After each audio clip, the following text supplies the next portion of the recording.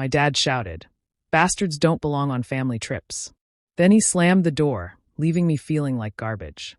They explored Europe while I spent 15 years belittled in a house that was legally mine. But the day I discovered their secret, I made them kneel and plead.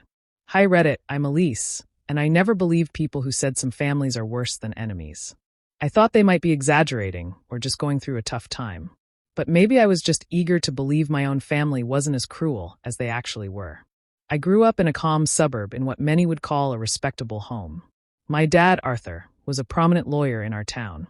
My mom, Denise, was the ideal homemaker with pearls, casseroles, and a permanent chill in her smile. And then there was my half-brother, Mason, the golden boy. I refer to him as my half-brother now because that's what I later found out he truly was. At the time, I thought we were just siblings. On the surface, our family seemed polished. But behind the closed doors of that two-story colonial house, I was treated like an unwanted visitor. Scratch that. More like a stray dog. They cared too much to kick me out, but disliked me too much to show love. I first realized I was different at the age of 8. My birthday passed without a gift, while Mason had a full bounce house party with a magician the month before. When I asked my mother why no one celebrated my birthday, she coldly replied, "You should be grateful we even keep you here."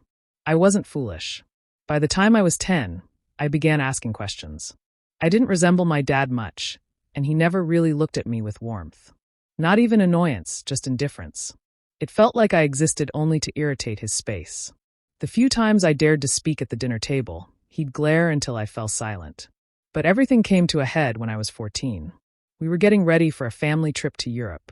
My dad had been talking about it for months. Rome, Paris, Barcelona. I was thrilled. For once, maybe I could be part of the family, not just the shadow. I packed my bag 3 days early and picked out books to read on the flight. I was already imagining the Eiffel Tower at night, how it would feel to see something beautiful with my own eyes. Then came the day of departure. I came downstairs with my bag, dressed and ready. Mason was already lounging on the couch, sunglasses on his head, acting like a model in a summer ad. My mom looked up and blinked as if I was a stranger entering the wrong house. "Why are you dressed?" she asked sharply.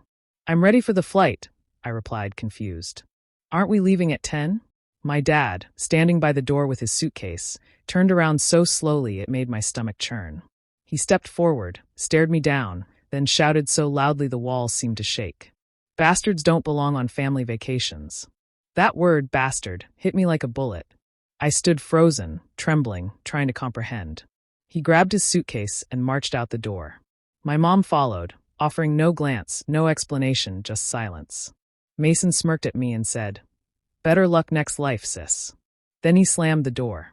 I remember standing there for hours, bag still gripped in my hand. As if I stood there long enough, they'd come back, say it was a joke, that they forgot something and realized they made a mistake. They didn't.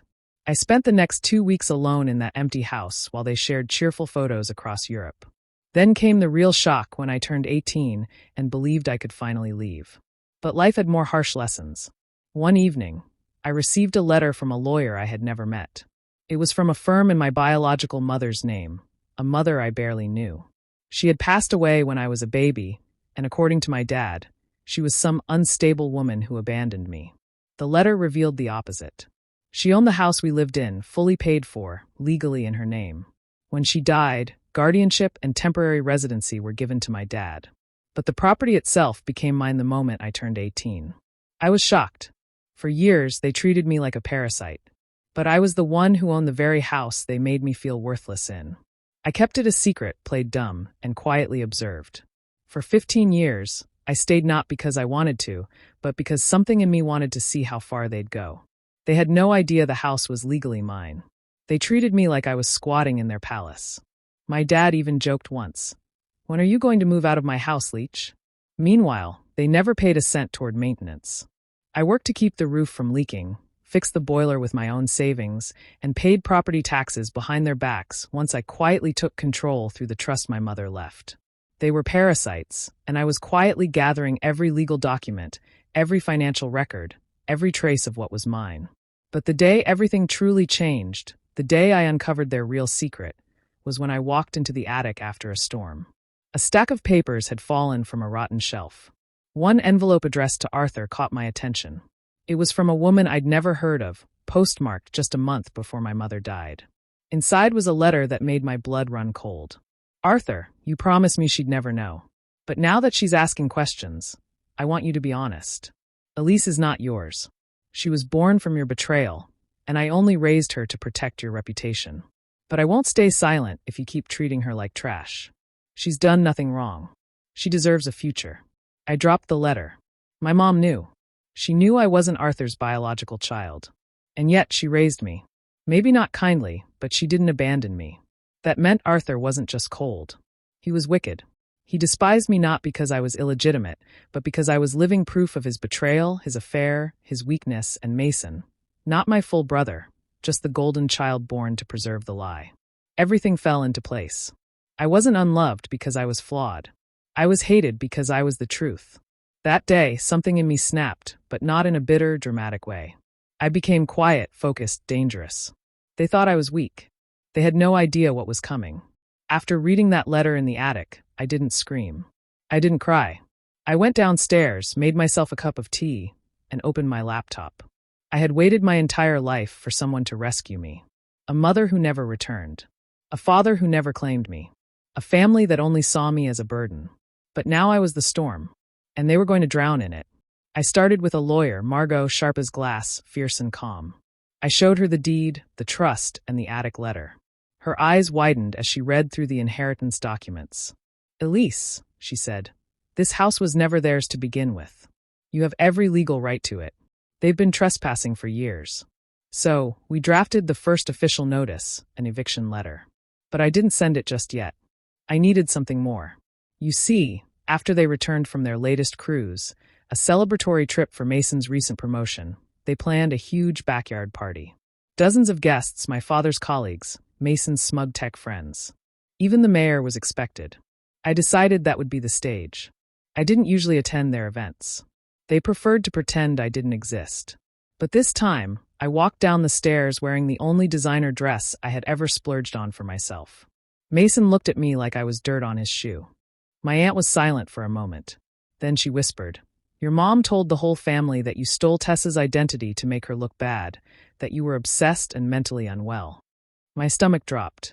They were already spinning it, once again turning me into the villain. That night, I got another call, this time from the boutique manager.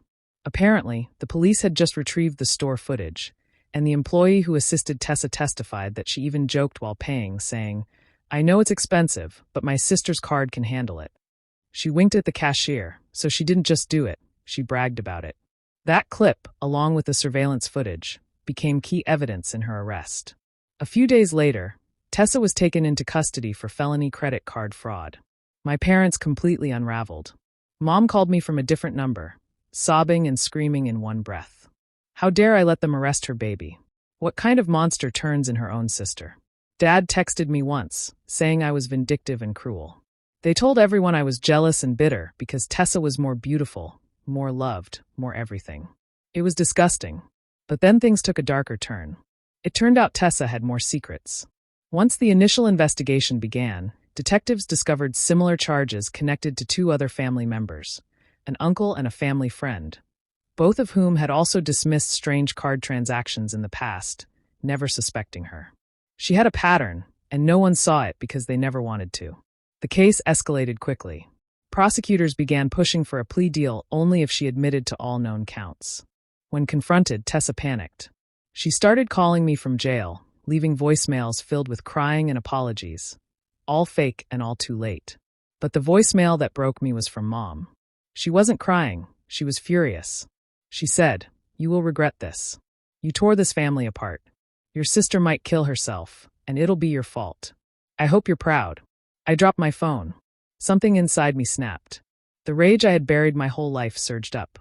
I had spent 29 years trying to maintain the peace, to be the good daughter, the quiet one, the understanding one. I had spent birthdays sitting at the kids' table while Tessa was celebrated. I had cleaned up her messes, driven her home drunk, and lent her money she never paid back. And now, I was being blamed for her actions again. No more. So, I did something I never thought I would do. I sent the voicemails, texts, evidence, everything to the rest of my extended family, aunts, uncles, cousins, even my mom's church friends. I laid it all bare. I included my police report, screenshots of Tessa at the boutique, and the arrest record. Then I posted a short message on Facebook. I was doubted and called a liar when I reported a crime against me. But the truth always comes out.